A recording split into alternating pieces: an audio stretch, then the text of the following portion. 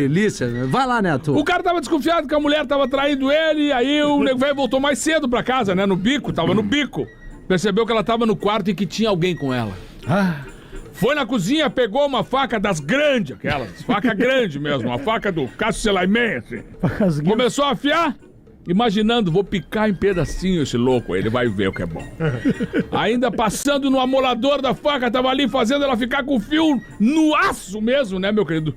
Abriu a porta do quarto, mas se deparou com o louco amante com 38 apontando pra ele. Que houve? Aí o nego velho disse pra ele, calma, meu querido, sem pressa, o churrasco ainda vai demorar um pouquinho. Estamos só afiando. Boa.